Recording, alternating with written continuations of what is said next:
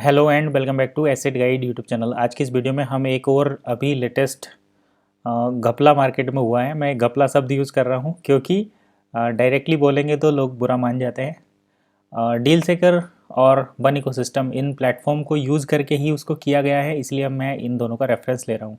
तो देखिए, डील सेकर पर क्या है, मर्चेंट अपने प्रोडक्ट बेचते हैं और कंपनी का ये कहना है कि अगर आप गेस्ट बायर को, मतलब ऐसे लोगों को जिनके पास वन नहीं है या जो डील सेकर पर नहीं है, उनको अगर प्रोडक्ट बेचोगे और वो आपको कैश देंगे तब आपके लिए सही रहेगा, ठीक है। और यहाँ पर एक इनका ट्रेडिंग प्लेटफॉर्म है वन फॉरेक्स, जिसमें करेंसी ट्रेडिंग का कुछ रहता है, बट अभी ये अपकमिंग है, आया नहीं है, तो इसके बारे में ज़्यादा डिटेल नहीं करते। लेकिन जो स्कैमर्स होते हैं या जो घोटाला करने वाले लोग होते हैं वो इन्हीं चीज़ों का, इन्हीं लूप होल का बेनिफिट उठाते हैं। तो देखिए, ये प्रोजेक्ट अभी इनकम अपकमिंग है, अभी आया नहीं है और डील सेकर अवेलेबल है, बट ये अभी वन से शॉपिंग करने वालों को डीएसपी पूल के थ्रू कन्वर्जन नहीं दे रहे। तो कुल मिलाकर अब हम आगे की कहानी देखते हैं कि क्या हुआ है। तो देखिए, मैं यहाँ से अलग हट जाता हूँ और एक और नई विंडो ओपन कर लेता हूँ, उस पर हम ये डिस्कस करेंगे। चलिए, मैं एक अलग ही विंडो खोल लेता हूँ, वाइट बोर्ड।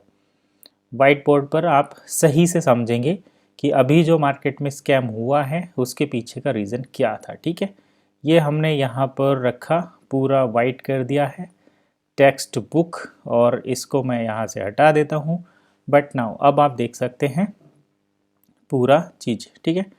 नया ब्लैंक पेज ऐड हो गया, ठीक है। अब हम यहाँ पर देखते हैं। तो सबसे पहले बात कर लेते हैं कि मर्चेंट क्या गड़बड़ कर रहे हैं। तो सपोज़ करो कोई मर्चेंट बोलता है आपको कि आप 5 लाख रुपीज़ दो, 5 लाख रुपए दो, प्लस 5 लाख वर्थ के आपको क्या देने हैं, OES, और इसके बाद कितना बन जाएगा ये फंड टोटल, 10 लाख। और वो क्या बोल रहे थे कि हम इसको ट्रेडिंग करेंगे और ट्रेडिंग करके आपको यहाँ पर मंथली 10% रिटर्न देंगे। तो अब मैं आपको यहाँ पर कुछ बातें बताना चाहता हूँ। पहली बात तो ये कि जो आपको 10% रिटर्न मिलेगा वो मिलेगा ऑन 10 लाख, मतलब 10 लाख पर मिलेगा, जिसमें से 5 लाख आपने दिए और 5 लाख जो हैं वो ऑलरेडी OES के हैं, जो कि किसी यूज़ के नहीं हैं। मतलब कोई बंदा आपको 10 लाख पर रिटर्न दे रहा है और पैसे उसके पास हैं 5 लाख, तो यहीं से इसके लिए ये ऑलरेडी 20% हो जाता है, जो कि बहुत ज़्यादा अमाउंट है और इस तरीके की चीज़ें रियलिस्टिक नहीं होती। हो सकता है बट नॉट, आप एश्योर नहीं कर सकते। दूसरी बात ये हो जाती है कि अगर एक और सेकंड प्रोस्पेक्टिव, ये तो था फर्स्ट प्रोस्पेक्टिव, सेकंड प्रोस्पेक्टिव ये हो जाता है, ये फर्स्ट था, अब सेकंड पर हम बात कर लेते हैं कि अगर किसी को ट्रेडिंग करनी आती है तो वो पहले अपने 5 लाख को 10 लाख में कन्वर्ट करो, अपने इन 10 लाख को 20 लाख में कन्वर्ट करो, 20 को 40 में करो, और इस तरीके से एंड सो ऑन आप कितना भी बढ़ाते चले जाओ।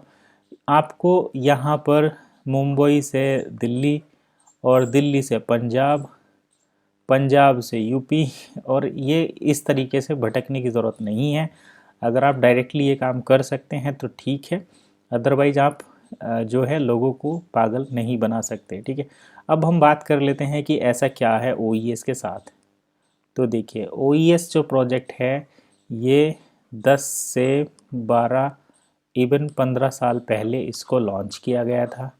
पहले इसकी फिर रीब्रांडिंग हुई और अभी करंट में आपको ये OES के नाम से देखने को मिल रहा है। बट यहाँ पर क्या है कि 10 से 15 साल एक लंबा टाइम होता है। टेक्नोलॉजी यहाँ पर मिली है और उस टाइम पर भी लोगों ने इसको गलत बिना इन्फॉर्मेशन के प्रमोट किया था, कुछ का कुछ बोलकर, कुछ तो FD, कुछ ट्रेडिंग, कुछ फंडिंग, कुछ इन्वेस्टमेंट ऐसे करा था। लेकिन विज़न प्रोस्पेक्ट्स क्या होते हैं वो हम साइड करते हैं। बात कर लेते हैं कि ये अभी के टाइम पर एक टेक्नोलॉजी है, पेमेंट टेक्नोलॉजी है जिसको यूज कर सकते हैं। लेकिन इस पेमेंट टेक्नोलॉजी के साथ लोगों की क्या जुड़ी हुई है, इमोशंस जुड़ी हुई हैं। एक इमोशनल अटैचमेंट है, EA फैक्टर है, इमोशनल अटैचमेंट। तो इसकी वजह से लोग ये सोचते हैं कि 10 साल पहले हमने अगर 1 लाख रुपए भी यहाँ पर लगाए थे तो हमारा वो फंड यूज़लेस है। अगर हम कुछ ना कुछ हो सकता है तो इसको कहीं इस्तेमाल करके किसी सहारे से, चाहे कार के तौर पर, गोल्ड के तौर पर, बाइक के तौर पर और इन्वेस्टमेंट के तौर पर, ट्रेडिंग के तौर पर, इसको कहीं ना कहीं यूज़ कर लें तो हमारा कुछ बेनिफिट हो जाएगा। बट ऐसा कुछ होता नहीं है।